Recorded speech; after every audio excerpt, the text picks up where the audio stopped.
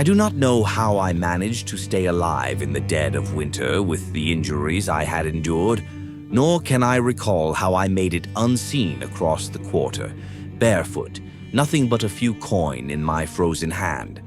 I only know that I made it to Trappist, where he slowly nursed me back to health. And when I finally awoke with clarity days later, I was met with another piece of the puzzle.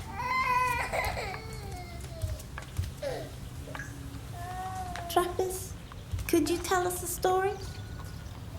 I suppose I could. Would you like a story, little Loney? Can you sit over here then, so I can tell everyone a story? Okay.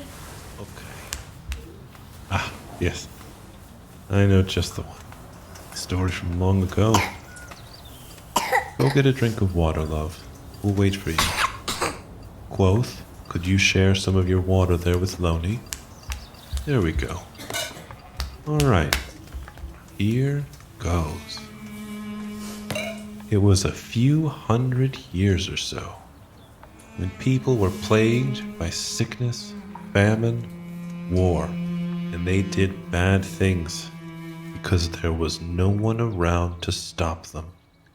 But perhaps the worst of it all were the demons that lived among men, creatures who drained the life out of livestock, infected fields of crops, wore the skin of men and drove them to insanity.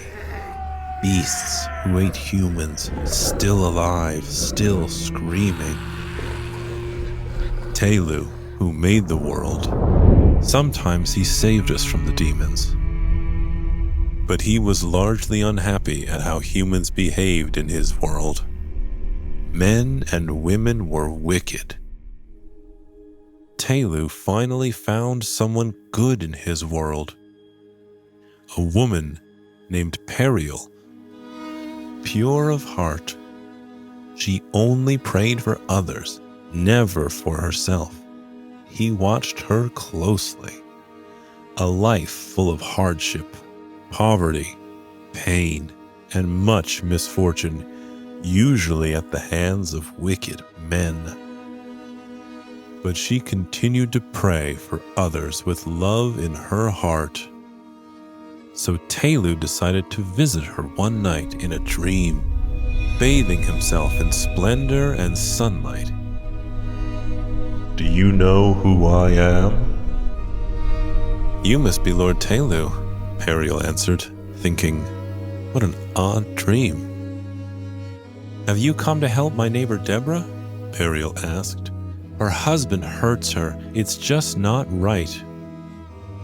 Tehlu knew of her neighbors, of course, and he knew they were wicked people.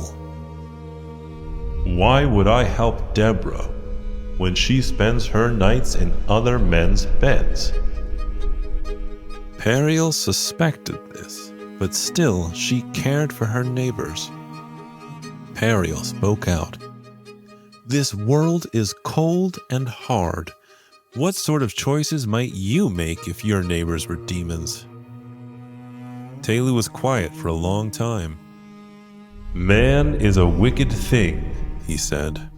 But you do not know what it is like to be a man, Periel cried. Tehlu paused, and then he reached into her chest and touched her very heart, like a kiss of frost on her soul, bursting into music and flame through her body. And when she woke, not only did she suspect this was not a mere dream, but she also learned she was with child. In 3 months, she delivered a beautiful baby boy with deep brown eyes and named him Menda. In just 2 days, Menda began to walk. And as rumors coursed through the town, people were afraid Periel had laid with a demon.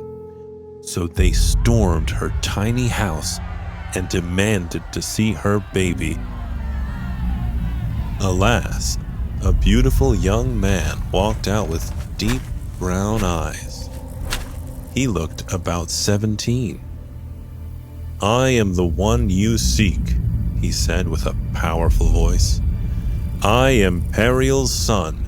She named me Menda, but I am Tehlu, your lord, your king above kings, son of myself, and I want to free you from the wickedness of this world and from the wickedness in your hearts. Some people believed him, and some thought him to be a demon cloaked as a man.